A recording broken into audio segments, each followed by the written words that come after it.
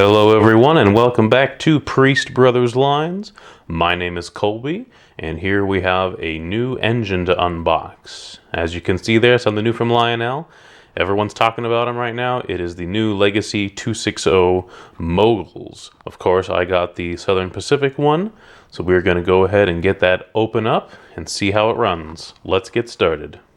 Alright, so here we have it out of the box, or out of the shipping carton that is. And so let's go ahead and what do we got here? SP Legacy 260, Legacy Bluetooth controls, Legacy rail sounds, fan-driven smoke, 031 minimum curve. So this is a very small engine, very friendly to tight curve layouts. Alright, let's get the next box open. Alright, so we've got our instructions here. We'll be looking at those later to see if there's any specific features. No special smoke features on this other than the smokestack, of course. Like there's no whistle or anything like that. It's a very simple engine. So let's pop the top. And there she is. Let's see here. I just love this wrapping.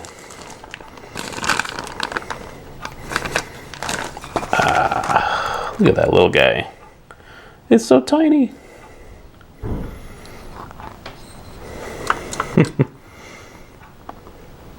Ooh, so what's that new smell? That new train smell. If you've ever unboxed one of these, you know what I'm talking about. I'm just getting a whiff of it right now. Fantastic. Alright, so we got 3 pickup rollers down there.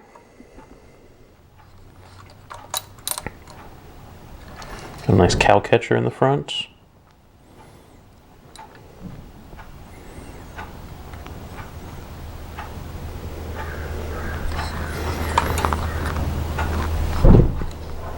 It's kind of dark. Oh, there we go. Here we get some light in there. Looks like it has a firebox glow. All right, let's look at the tender.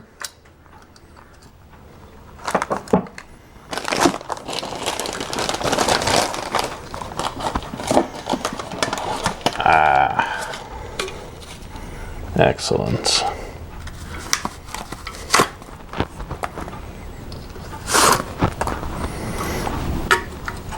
Very simple, very nice. Some molded detail there. Nice Southern Pacific right there. We got our backup light.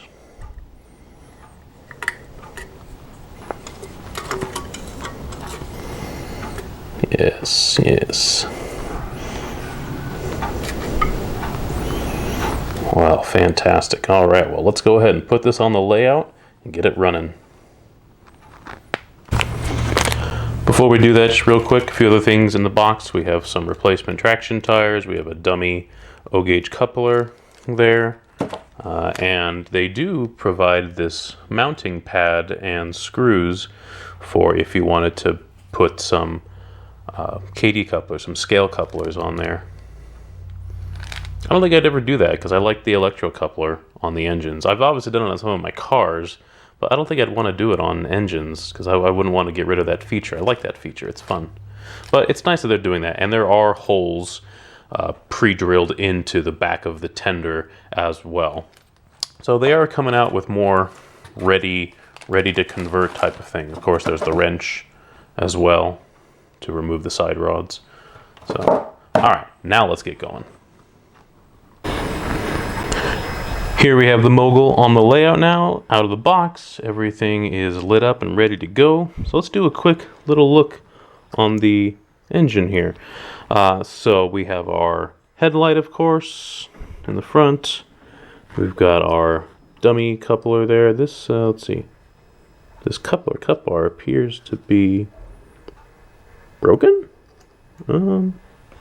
I think it just needs to snap a little around there. Okay, I see. So that goes over there. So there's just like some hooks that it has to go into. No big deal. I'll fix that later. A lot of bar detail here, the grab irons and such. Let's see here, just hit the camera. We got nice spoked front driver or front leading truck right there. Got that nice cow catcher in the front there. Yeah, you can see that. I'm pretty sure nothing's broken there. It just needs to be fitted in properly. Moving further away, we have our number boards here. We have some marker lights here. Got a nice tall smokestack right there. Our various domes, our bell, which you can swing it manually. So that's nice. Got a lot of detail here with some whatever, I don't know what these are. I don't know. We got a drive gear over here. That's looking really nice. Further back, we have some more safety valves, I think. Maybe this is a dynamo. I'm not really too sure. We got our number. Some details down here. Got our crew figures inside. If we look in the cab here, we can see some nice detailing here. Most of it's molded in, but there is what I think is a reverser right here. I could be wrong about that. One thing, maybe you guys can help me out here. This emits a glow from the firebox there, but this is an oil burner, so it wouldn't have an opening firebox. At least that's my understanding. Is that just something that they copied over from the other versions of this engine that did have coal tender? Let me know in the comments, because I feel like that's a mistake, but I could be wrong about that. I'm not an expert on this. But still, it's nice to see some nice details in there. We got some gauges as well up top. Again, not painted, still all black, but hey, if you wanted to, you could get a little toothpick in there, a little one hair brush, and put some color on those gauges. That might look nice. And then we have the tender here. Pretty standard Vanderbilt type tender.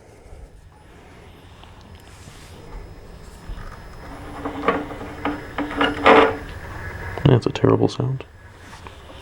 If we look at it from the top, minimal detail, but that's all right. We got the simulated wood grain there. And then on the back, we have the reversing light, the big numbers on the back.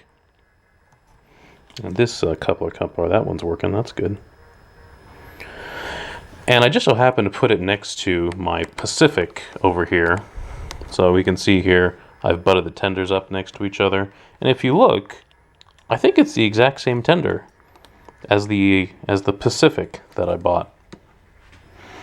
I mean, I'm looking at it. They appear exactly the same on the top. They have the same light on the back. It's kind of like a bit of a triangle type of thing going on. Same thing over there. When you look at it from the side, this is the same as there. The same step details there. The fill hole there and there. We can see right there, this tank is also right here. I think it's the exact same tender. It looks to be exactly the same, so I don't know if that's prototypical or not, or if that's just a cost-cutting thing. But I don't care. It looks great. It's not a big deal to me. And just for comparison's sake, by the way, I love that red ledge right there. That's so cool. The armrest looks nice. These two engines are rather similar in their paint jobs. How they both have kind of like the red windows in the front as well. So kind of like big engine, little engine. And we can see that the Mogul here is, let's see, maybe about 3 inches shorter. Just for comparison size. It's not a whole lot smaller, but it just looks smaller. I think the boiler is probably a smaller diameter as well. Sorry, bad angles. The boiler appears to be a smaller diameter. So it just looks like a smaller engine. I mean, it is. But I don't know, I'm looking forward to that. So we can go ahead and turn this on. I'm going to get this thing fixed. We'll turn it on and listen to some of the sounds. All right, let's run through some of the sounds here. Let's start it up. Train 1 Brakeman, we're showing 90 pounds on the rear of the train. Take out 20 for initial terminal brake test. That's a Roger. 20-pound reduction given. Checking for leakage, over. Roger, showing 20 pounds. Welcome to the train. Brakeman out. We've got some extended dialogue there. We've got the green marker lights here in the front. I feel like the headlight's kind of dim. Alright, well, of course, let's cycle through our whistles here.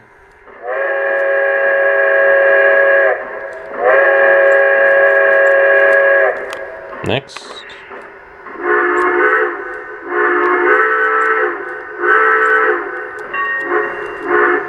This is the one that's on my cab forward. Next.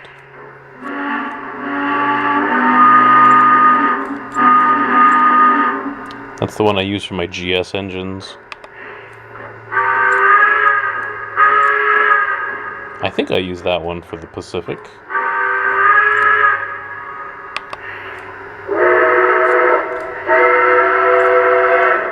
This one's cool. It's got kind of a howling type of thing going on.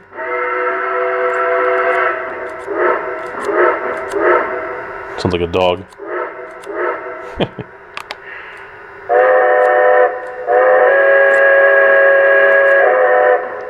I think I'm going to go with this one. I like this one. For whatever reason, I feel like that belongs to a small engine. Again, I'm no expert at all on whistles. A lot of you guys in the comments tell me what whistle goes with what engine, so I appreciate that. Even if I go with something else, I still enjoy the information.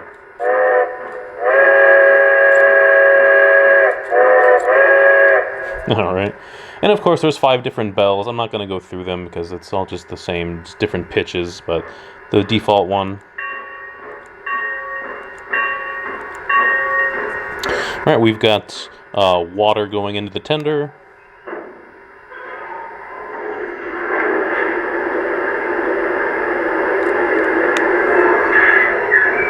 Water's full. Out. Got the steam blowdown.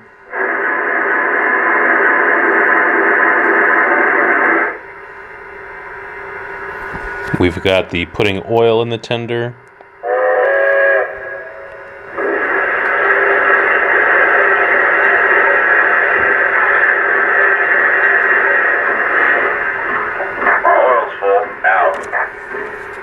And let's look at some of the crew dialogue. Make a note for the house.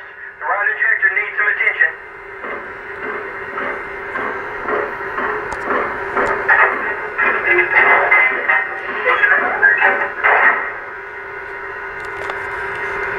It's gonna be running on the wall if we don't move on soon.